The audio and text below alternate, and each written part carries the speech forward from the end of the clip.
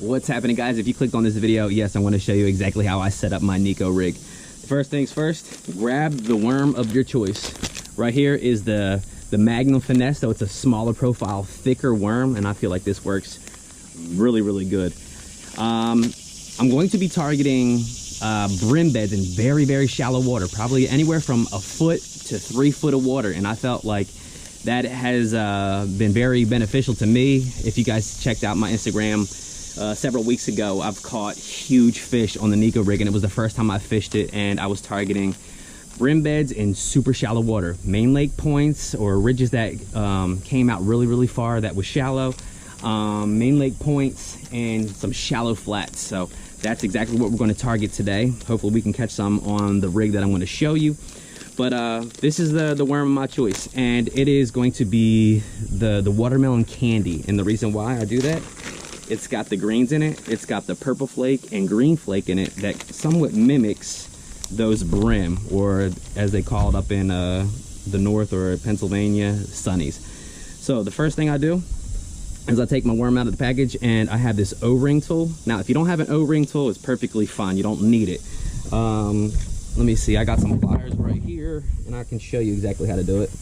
Got some pliers right here in an O-ring. So what you would do is just take the O-ring, put your pliers in there, and just open it up just like this, and then insert your worm right through that hole right there, and then put it exactly where you want it.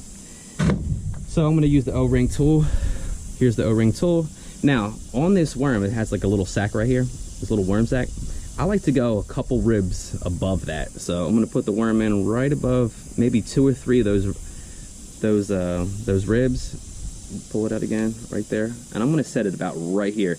Now, one tip that I can leave you with is that if you don't have your O-ring in the right location, the worm will not swim correctly, nor will it stand the way you want it to when you stop it. So you might want to adjust this. What I did last week or the week before that, I went into some clear water, shallow water.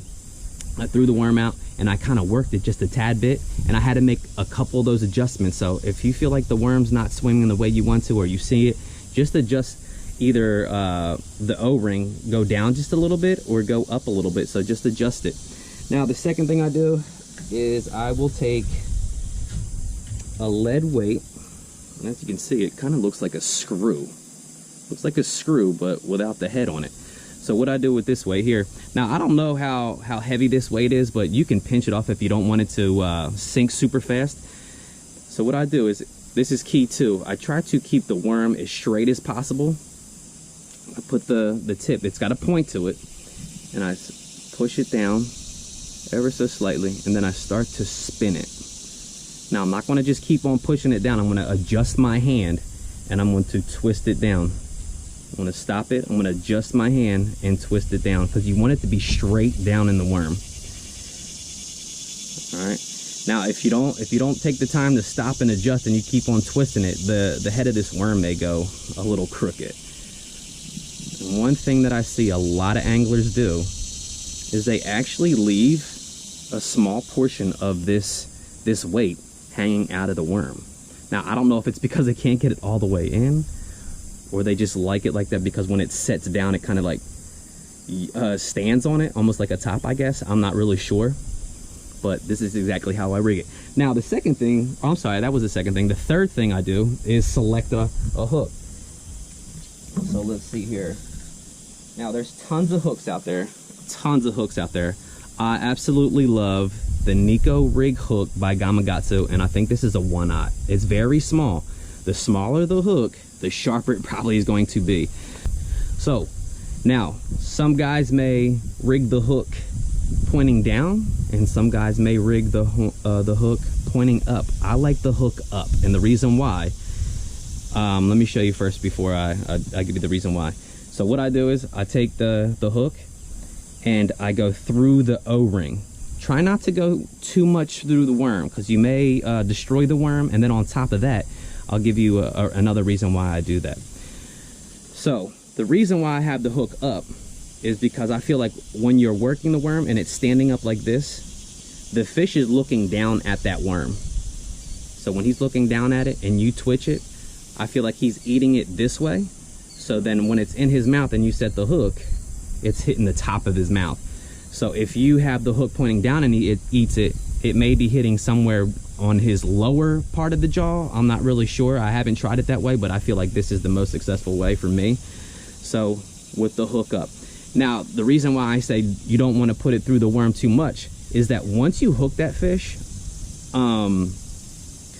he'll start shaking his head, and this hook will start to come out of the O-ring. The worm will slide up your line, and you can reuse this worm, I mean, probably almost all day. I used the worm the other day, and I probably caught about 7-8 fish, and I caught some huge fish, and I was using the same worm. The worm was never damaged, and the only time I had to switch out my worm was when the fish was shaking it, and he actually shook the worm out of the O-ring. So I got the O-ring and my hook back. I just had to rig another nail weight in this in a new worm. But guys, that is exactly how I rig my Neko rig. All right, let's talk about the setup. I use a 7-foot medium powered rod. I use a 300 series reel. You can use any reel you want. I use a 300 series reel because it holds more line, and I feel like I get a longer cast on a 300 series. 2500 series will probably be just as good. And the line size, I go to a 20-pound braid to a 12-pound leader. The reason why I do a 12-pound leader because in this private pond here, the water is a little murky, and then on top of that, the fish are huge in here. At any cast, you can catch a bass of a lifetime. So I upscaled all this stuff. Now, if you're fishing clear water, like I have, I will go to still the 20-pound braid, and then I'll go to a 6-pound leader. And as you can see, here's my knot right here. I will do an FG knot. The FG knot is fairly difficult in the beginning, but once you got it, I feel is the best knot from a braid to fluoro leader. But guys, that's my setup right there. I hope you enjoyed it.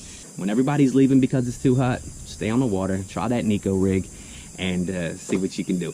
Guys, I hope you enjoyed the video. Go ahead and give it a thumbs up if you enjoyed it. Go ahead and subscribe if you want to see upcoming videos, and I'll see you next time.